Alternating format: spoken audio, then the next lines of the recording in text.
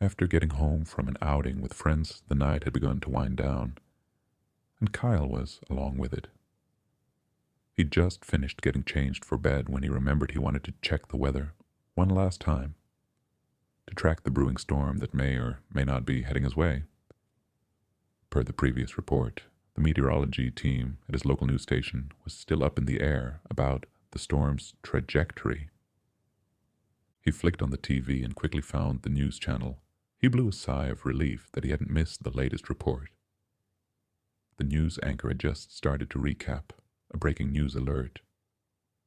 The phone number to the local tip hotline scrolled across the bottom of the screen.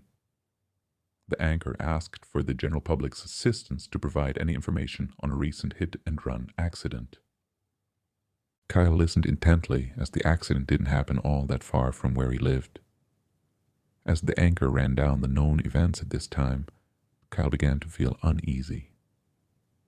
His stomach twisted and curled as he listened to the details, wondering what kind of monster could run over a kid on a bike and keep driving like nothing had happened, coming to the eventual conclusion that only a horrible, awful person could do something like that.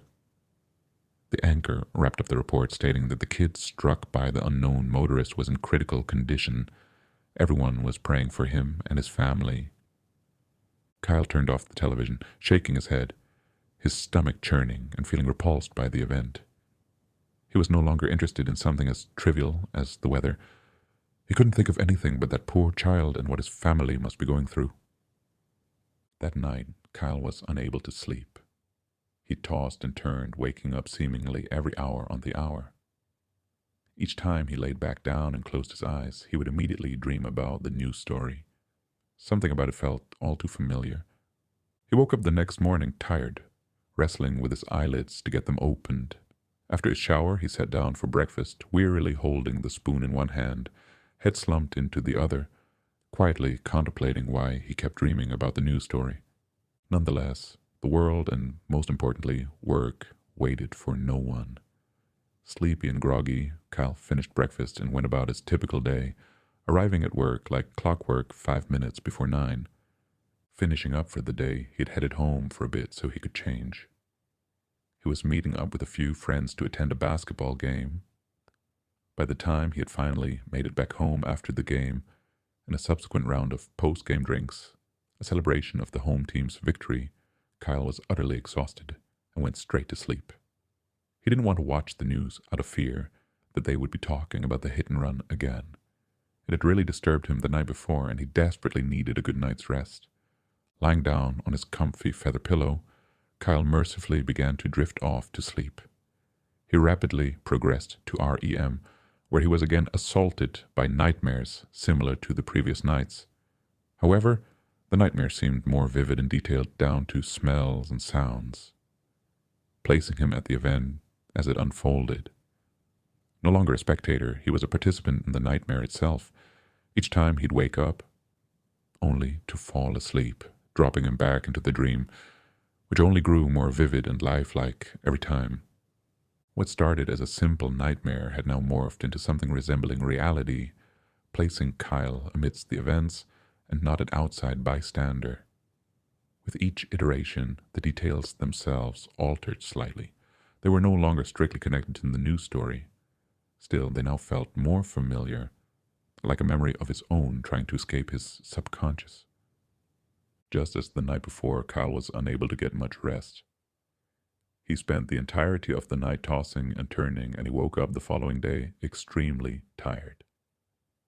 Kyle would spend an exorbitant amount of time wondering why he was dreaming about this accident and why it felt all too familiar. He knew he didn't know any of the people involved in it, and while it was tragic, it honestly did not affect his life in the slightest. Kyle still felt connected to the event in some way. However, it weighed heavily on his mind.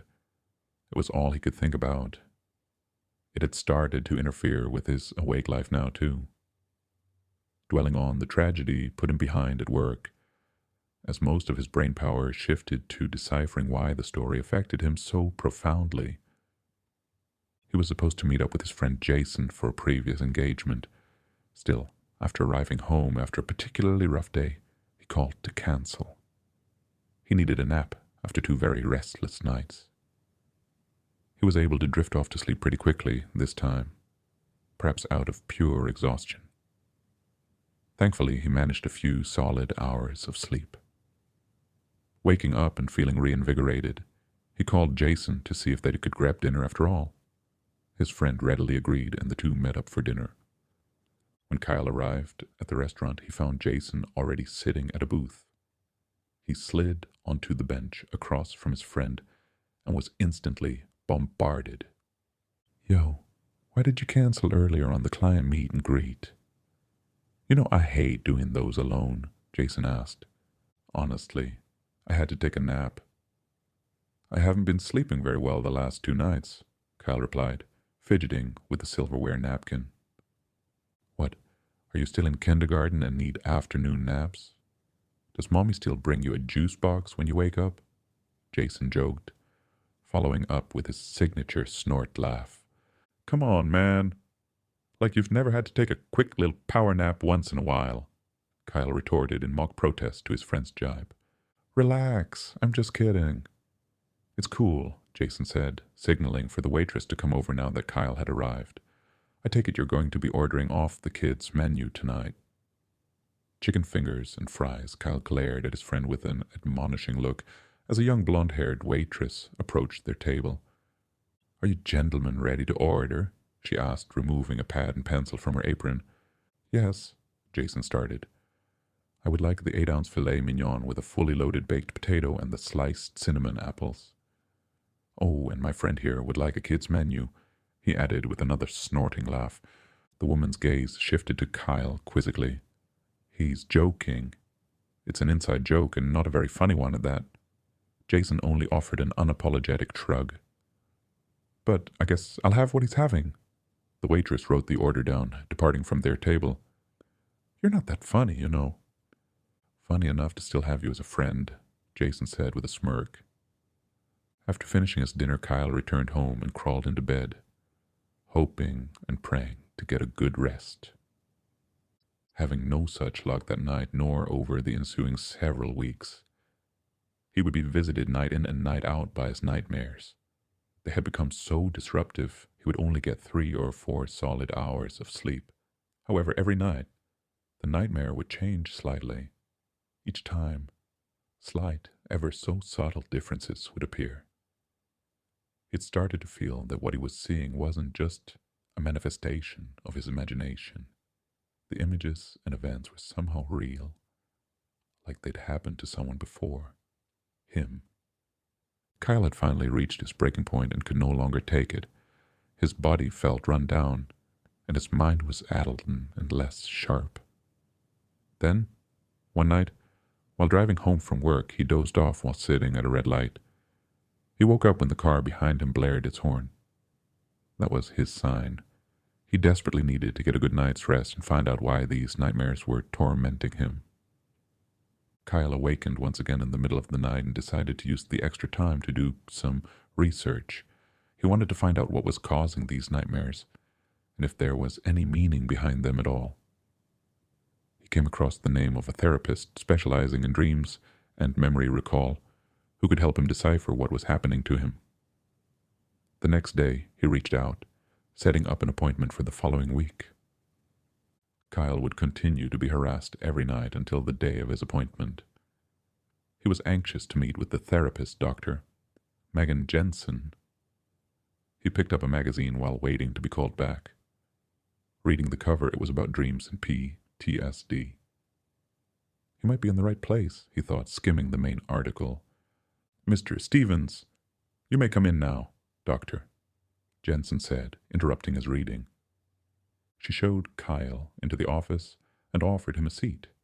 To his surprise, there was not an oversized couch against the wall, like he had expected.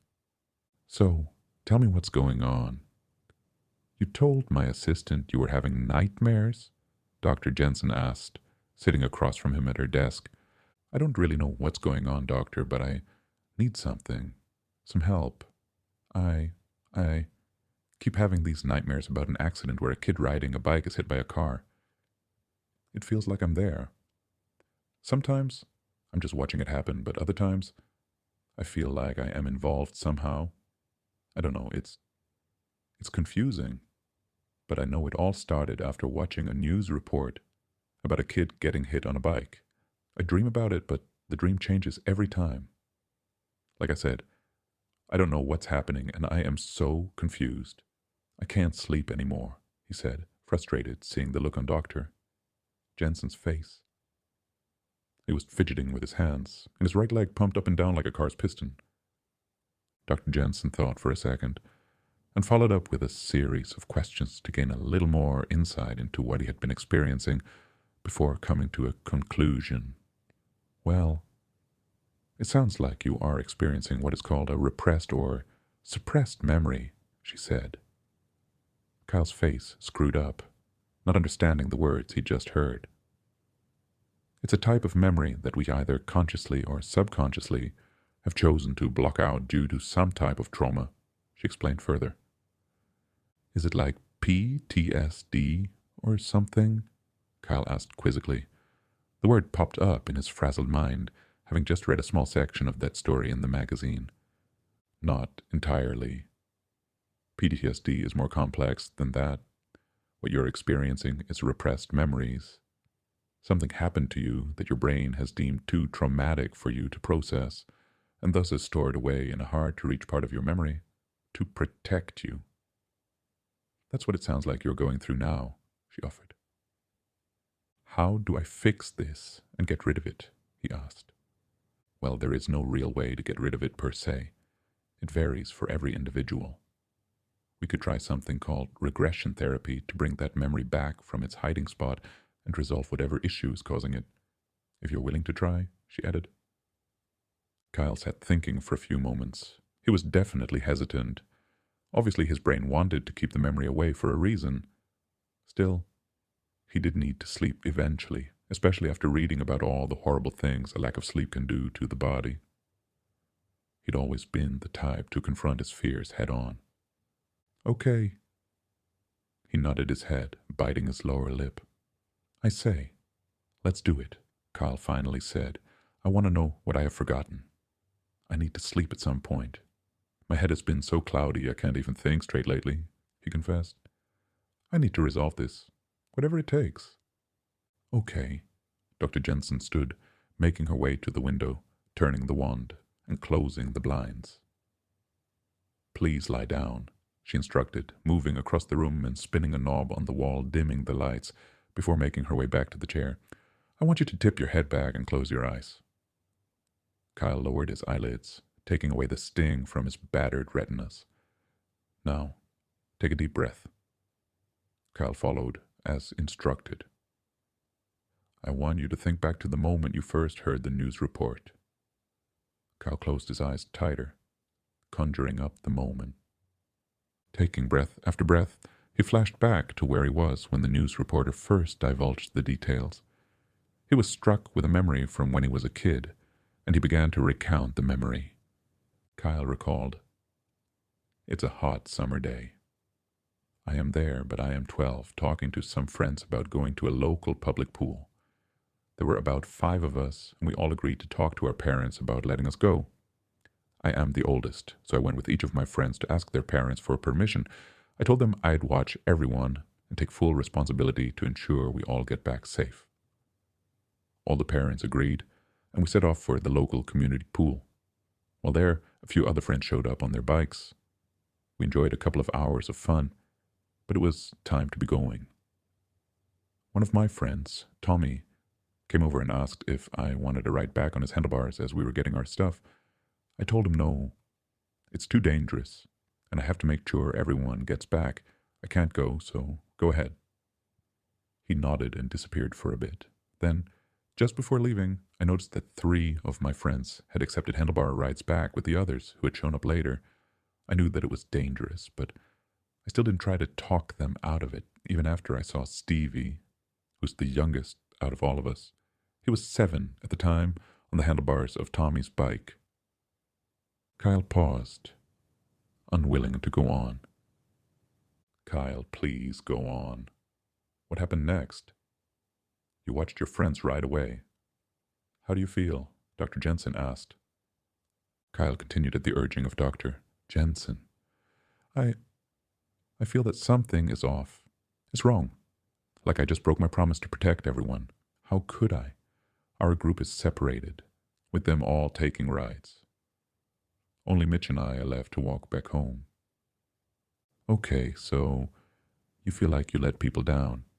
That's normal, said Dr. Jensen while taking notes. Go on. On the way back, Kyle continued, we somehow got lost and had to find a payphone to call home for a ride. My mom answered, and she sounded very distraught. I told her what happened, and she paused for a bit before saying that she was sending Mitch's dad to pick us up. On the ride back, we passed an accident scene. There were several cop cars and news vans. They had the yellow police tape bordering the area. There was a huge semi-truck in the crosswalk on the side of the road. At that moment, I don't know how I knew, but I got this horrible gut feeling that one of my friends had been hit by that truck. I just knew it. I didn't say a word. I looked at Mitch's dad and then looked back as the scene disappeared. I began preparing myself. We got to the apartments, and I ran up to my mom, telling her, I know. Who was it? She told me that the semi-truck hit Tommy and Stevie as they tried to cross the street and that Stevie didn't make it. Kyle opened his eyes and shot up on the couch. Tears poured down his face. He now understood all of his nightmares and why things felt so familiar. He had been in a similar situation. His mind had suppressed the event all these years until the news story forced his subconscious mind to burrow through those memories, thus allowing them to resurface. He recognized all the feelings he felt now. They were the same ones he had 10 years prior. He was just like the person in the car that hit the kid on the bike in his mind. It was all his fault. He felt the full weight of those emotions he'd blocked out so long ago. He had committed the same type of vile act that he had heard on the news all those weeks ago. He killed one of his friends. It was all his doing. It was his idea to go to the pool. He said he would protect everyone. And the story forced him to remember what he'd done. He was just as horrible of a person as that driver was, and he, too, was a murderer. Dr. Jensen tried her best to console her patient. Kyle, I know that remembering something like this is not easy, but you can't blame yourself for what happened. It was an accident, something out of your control based on what you've said. You can't control everything that happens to you or anyone else. Things just happen. That's life. There was nothing you could have done. No, that was my fault. I was the oldest. I asked all the parents. I told them I would keep them safe and return everyone home. I was asked to ride on the bike first. That should have been me. Kyle paused. And if it was, maybe I would have seen the truck coming and been able to stop all of that from happening. I am responsible for this. I killed my friend. Kyle's voice cracked, trying to fight back the tears. Dr. Jensen was taken aback by Kyle's insistence the event was his fault. She'd never encountered a patient so adamant to take the blame for something they didn't even do. No matter what she said, Kyle remained steadfast that it was his fault. He couldn't see reason. He was blinded by the same emotions he felt back then. She did her best to help Kyle as much as possible during that session, but she could not convince him that the accident wasn't his fault. At Dr. Jensen's behest, they scheduled several more follow-up visits over the next couple of weeks. Weeks had passed since Kyle made the horrible discovery that, in his mind, he was a murderer. He struggled heavily with the revelation and how to reconcile with it. He may not have killed his friend directly, but he put them in a situation that got one of them killed and the other severely injured. And that was just as bad to him as being the driver of the truck. Kyle headed to his car after work, lost in his mind. He'd been seeing Dr. Jensen for more than a month now. He'd been practicing the exercises she'd given him, but that only left him with a plethora of thoughts continuously running through his brain, now more than ever, when Jason interrupted him before reaching his car. "Hey, Kyle, where have you been?" Jason called out to him, trying to catch him in the parking lot. Kyle stopped and breathed out a heavy sigh, not wanting to talk to anyone. Slouching his shoulders, he turned around. "I've just been busy lately, doing my thing," Kyle responded, not wanting to elaborate on his recent discovery of him being a killer.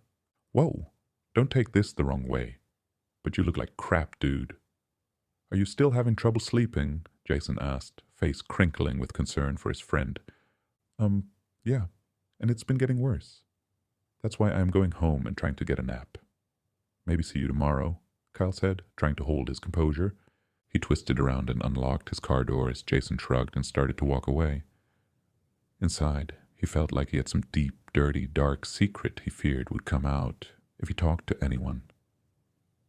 That's what he needed. Someone to hold him accountable and lay down some punishment he felt he deserved. After all, he'd committed a crime and got away with it. Turning back around, he called out, "Jason!" His friend spun around to face him. Kyle was about to unload the massive 1,000-ton secret that had been weighing on him, but stopped just as his lips cracked. The boulder's worth of words got stuck in his windpipe, choking them off. Unable to extract the words. What would his friend think of him after he confessed? It was better not to say anything. This was his secret and disgrace to bear, his cross to be nailed upon. Never mind," Kyle muttered. His inner voice pronounced him a coward. "Dude, you should see a doctor or something, and get some drugs to help you sleep," Jason hissed. Kyle had already done that, but didn't want to tell Jason. "Maybe I'll think about it," Kyle replied. Over the next several weeks, Kyle got invitations from Jason and a few other friends to hang out, but every time he would make up some excuse not to go. He didn't want to speak to anyone and have to answer questions about where he'd been. He couldn't face anyone knowing that he was a killer. He noticed that he had begun to lose weight due to a loss of appetite. He was getting reprimanded at work for showing up late and missing deadlines. He was even caught sleeping at his desk once. His guilt consumed him. His past was now eating him alive. After months of not hearing from her son, Kyle's mother called. Answering the phone took every ounce of courage he could summon. "Hey, honey. I just wanted to check up on you. We haven't seen or heard from you in a while, and I wanted to know if you were coming over for your dad's birthday next week." "Hi, Mom. I'll try to make it. Work has just been a little crazy lately, but hopefully I'll be able to make it," he lied. He had no real intent on going. "Are you sure you're okay?" "You sound a little down," she replied, sensing something was off in her son. "Yeah, just not sleeping much lately," he admitted. "Really? Why?" she asked worryingly. Kyle didn't want to tell her that he remembered what had happened. After all, she had been there. She knew what he'd done. How could she let him forget, let alone even look at him the same way? He couldn't even manage to look at himself in the mirror lately. He didn't trust his own mother anymore. What mother would let their son forget something like that? How could she even stand to be the mother of a murderer? So he made something up and hurried her off the phone. During one of his sessions with Dr. Jensen, Kyle had asked, "So now that I know what happened and I am responsible, what should I do? How do I go about living with this?" "Well, the biggest part is that you have to learn not to blame yourself. You didn't do anything wrong. You're not a killer. What happened was a tragic event that no one, especially not a 13-year-old boy, could have seen coming. Life happens. We need to embrace it, mourn those lost, and continue. If you don't, Kyle, this will destroy you. It'll eat you alive day by day," she answered. "I can help you with that," she added. "There are medications that I can prescribe, or if you want some calming exercises. Whichever you prefer, just know none of this is your fault. You can't blame yourself for any of it. How are those exercises working for you?" They were doing okay, but nothing cracked the fact that he still blamed himself. His perceived guilt had already begun to consume him. "They're doing okay," he answered, which wasn't entirely true. But, How do I go on living with the knowledge that I killed my best friend? He stuttered. First of all, again, you didn't. You need to stop blaming yourself. That's the biggest first step, and after that, I think you need to find closure. That means something different for everyone, as no two people are alike. So, unfortunately, I can't tell you how to do that. That's something you need to figure out for yourself, she said. After leaving Dr. Jensen's office that day, Kyle thought about what she said about closure. That's what he needed. Closure. How to get it, he wasn't sure. He needed to locate Stevie's parents. After weeks of being tormented by these feelings and trying to find his friends' parents and other friends online, he was left stumped. He could not find anything on them. There was no internet trail to follow. Kyle had succumbed to the thought that he would not accomplish his closure in this form. However, he could not continue to go through this. The feelings and emotions were too much for him to manage. One night, after several drinks, he came up with another idea of reaching that closure he was searching for. There was only one other way that he could think of doing it. He was absolute about this resolution, and he knew it was the right thing to do. No one would be able to change his mind. Late the next evening after work, Kyle went home and set up the house just as he pictured leaving his belongings. Then he got into his car and drove to the cemetery, where his forgotten friend was buried all those years ago. He used the guide provided to locate Stevie's final resting place. This would be the perfect spot where things would come to an end. He approached the headstone and stood in front of it with a sense of calm and resolve. Kyle watched the sun setting on the horizon, casting a beautiful orange glow across the sky. Peace warmed Kyle's heart. He thought to himself what beautiful scenery his friend had had all these years. It was complete, with a small lake just down the hill from where he was standing. God, that's poetic, he said, speaking to the stone. You love the water, little man, and now you get to rest by it every day. After taking in the sights for a few more moments, he agreed with himself that if this was a good enough place for Stevie, it was for him too. He reached around his back, lifting his shirt and taking out a handgun from his waistband. It was a simple, snub-nosed .38 revolver, but it would definitely be able to do the job, or so he was told by the street punk who sold it to him. Kyle glanced down at the headstone, his hand trembling. He took in the fine artwork on its concrete facade. I see that you have a great final place to stay and that you have a great view from here. I hope that you found your way to the good place where you deserve to be, he said. It wasn't your fault what happened to you. That was on me, so hopefully that was taken into account for your afterlife. I never did get to say goodbye to you that day. I left it with a see you later. So, I guess I'll say it now, since I won't be joining you up there. That's not where murderers go. Looking to the sky. I just wanted to say sorry, Stevie. I am so sorry for what happened, using every bit of strength left to choke back the tears. But the emotions were just too powerful. Kyle finally succumbed to them and fell to his knees, feeling the wet blades of grass press against the skin of his knees. At first, a single tear came from the corner of his right eye and rolled down his cheek. Once that first tear was out, it opened the floodgates. Now a cascading waterfall of them had begun to rain down his face. Kyle continued, I am so sorry. I never meant for this to happen. I was supposed to protect you. I was the oldest. It was my responsibility. I should have been on the bike. If I could, I would go back in time and accept the ride in the first place. I should be the one here in the dirt, not you. Don't worry though, bro. I will be soon enough, he wept. Wiping the stream of tears from his cheeks, he went on, I don't deserve my place on this earth. Kyle nodded to himself in agreement. I was given a second chance in this world, and what have I done with it? Nothing. Absolutely nothing. His hand shook, but he pulled the gun up and stared at it. He cocked the hammer and paused before putting the barrel against the side of his head, pressing down on his temple. There was nothing I could have done to save you. And for that, Stevie, I am sorry." He looked out across the landscape one last time, then up to the sky, which was rapidly fading from orange to black. How fitting that the last thing he would see on this earth was what he would see for eternity, nothing but blackness. He sniffed back the last remaining tears that were now trickling out.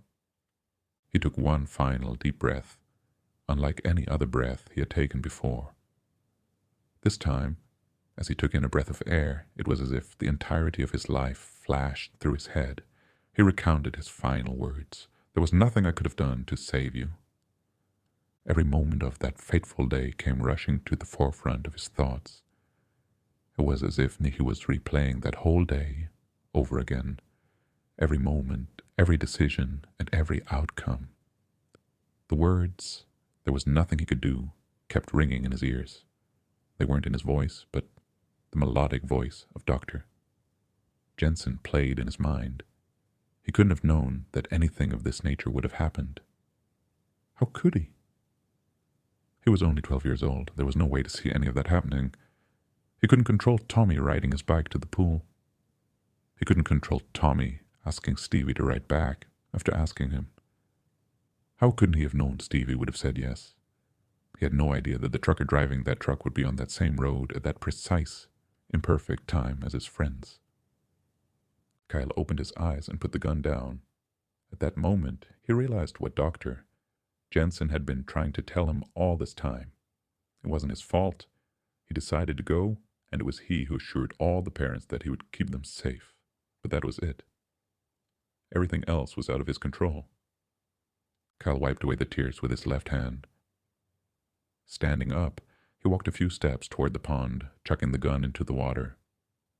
Unleashing the pent-up guilt he had felt over his friend's death, watching the weapon vanish beneath the rippling waves. It wasn't his fault. There was no cross to bear, or atonement to seek. He walked back to the headstone and knelt. "Stevie, I am sorry. I never meant for this to happen, and I hope you are resting in peace in a good place. I hope that someday I will get to see you again. But I know now that day is not today, and hopefully not for a long time. Until then, brother, I miss you and will always miss you." Kyle turned and walked silently back to his car. As he contemplated what had almost happened before driving off, he came to a final realization of life. He understood it now. Unfortunately, horrible things happen, and there is no rhyme or reason. They just happen, and you can't agonize or kill yourself over those moments. No one is omniscient. You don't have a crystal ball or knowledge of the future. We live our lives making the best decisions we can, and live with those outcomes. Mourn the losses when necessary, but celebrate the lives of those lost. Learn from them and do better. Everyone has a purpose to fulfill on this earth, and no one knows their purpose until their end comes. Life can be twisted and cruel at times, but cherish every moment you have and do something to positively touch the lives of those around you while you can. No one lives forever, but what we do and our impact can. So make your life a positive one.